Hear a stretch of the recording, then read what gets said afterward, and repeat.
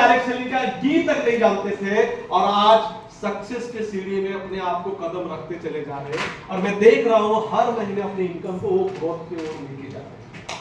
एक अच्छे मोटिवेटर आप होना चाहेंगे तो आप सभी के जोरदार ताली से, और मैं कहा जाए तो ये बहुत ही लास्ट मंथ ही अमरल बने हैं साहब, तो उनका सम्मान में जबरदस्त होनी चाहिए या नहीं होनी चाहिए। तो आप सभी के जोरदार ताली से मैं बुलाना चाहूंगा एक ऐसे जुझारू लीडर जो अपने दम पे अपने इलाका में राज करने जाते हैं।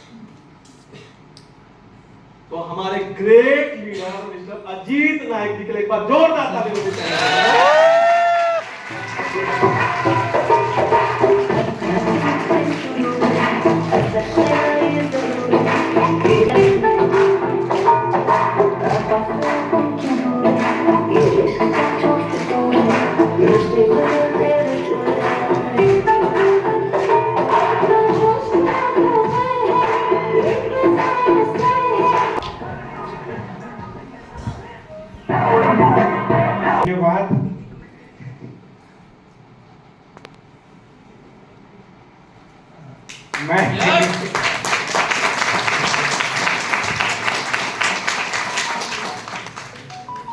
सच बोलूं तो आते आते मेरे को पता चला कि मैं एमरल्ड बन गया। मेरे को पता भी नहीं था कि मैं एमरल्ड बन गया।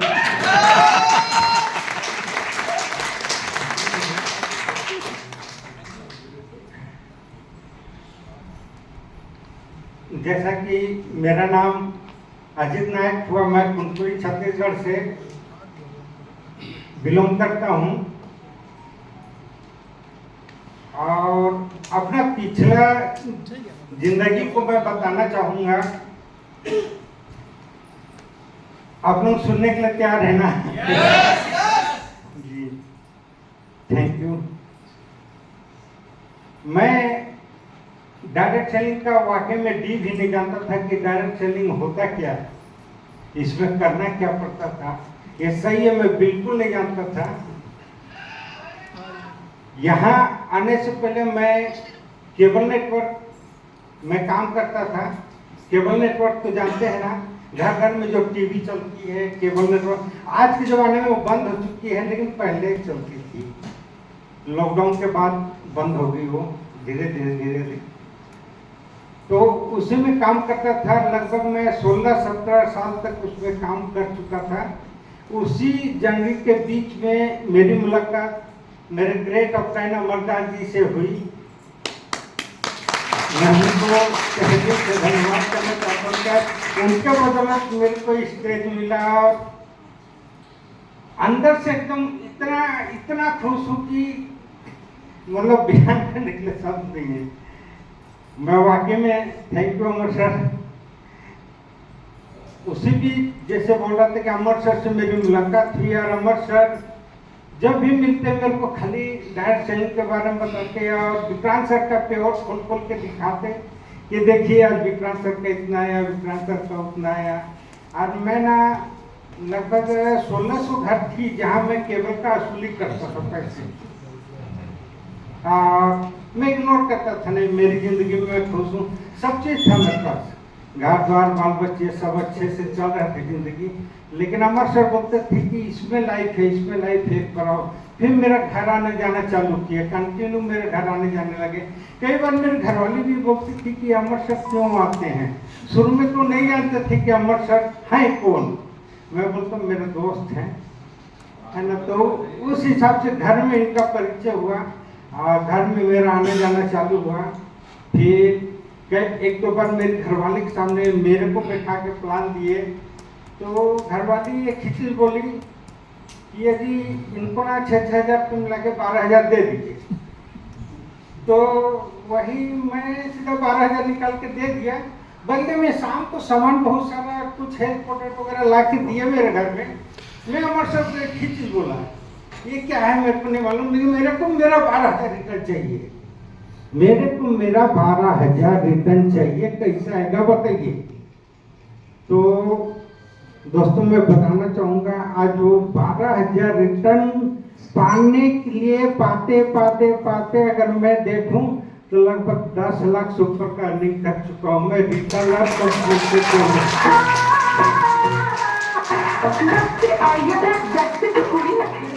आज इतने नहीं, मैं कभी हमारी ही केवल मालिक के द्वारा दिया हुआ एक बॉक्सर गाड़ी थी पुरानी जिसमें घूमता था, एक डेजवे ही है जो मेरे को नया बाइक दिया, जिसमें आज मैं नया बाइक में फील्ड करता हूँ। और अभी ही कुछ दिन पहले घरवाली के लिए भी एक स्कूटर एक्टिवा 1,18,000 में लिया मैं। हिम्मत का जो डेजवे ने ही किया। फ्यूचर प्लानिंग भी बहुत ज्यादा है। बोलूं तो अमर सर हमेशा बोलते थे कि अपना जो भी इच्छा है, ख्वाब है, लक्ष्य है, अपने डायरी में करो, डायरी में लिखो, डायरी में लिखो। लेकिन शुरू में अजीब लगता था, मैंने क्या डायरी अब क्या, 1600 लोगों का लिस्ट था मेरे पर, लिखना कभी मैं लिखता नहीं था। प्रभाव में धीरे धीरे धीरे मैं तो सबसे बड़ा मोटिवेट वाकई में पैसा जब आने लगा तो मेरा डायरी भी मेंटेनेंस होने लगा धीरे धीरे। और आज आप लोगों के सबके सामने हूँ। फ्यूचर प्लानिंग भी मेरा, जैसे मैं बोला, मेरा बाइक आ गया, घर वाले के लिए स्कूटी आ गया। अभी बहुत जल्द मैं 4 व्हीलर का भी प्लानिंग किया हूँ ताकि बरसात में हम लोग दोनों निकले तो पानी का दिक्कत मत हो। इस बार इतना बारिश है कि भीगते भीगते कई बार हम लोग को सर्दी जुकाम नहीं हुआ। क्यों नहीं हुआ वो भी बताऊंगा मैं।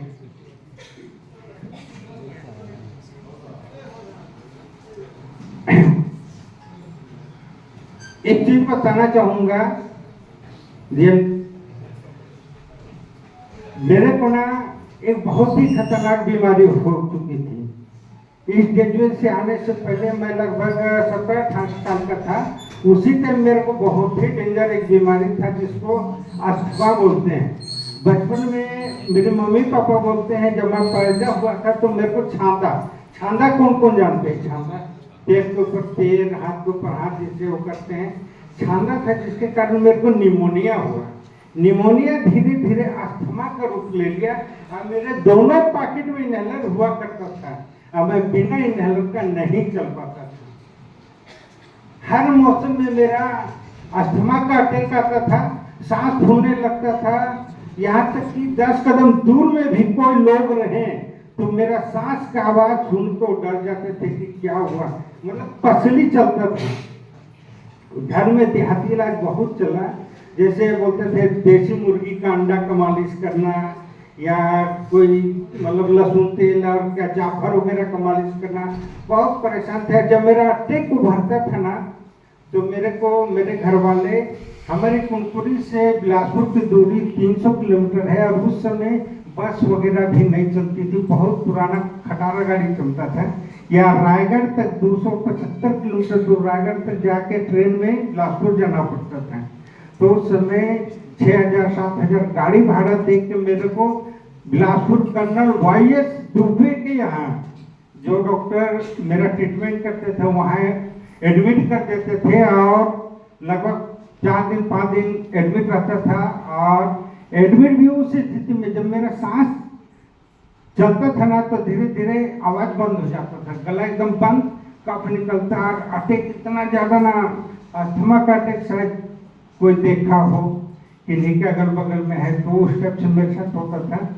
और मैं वाकई में दिल से एकदम धन्यवाद बोलूँगा अमर सर जी को और विक्रांत सर जी को कि यहाँ उन्होंने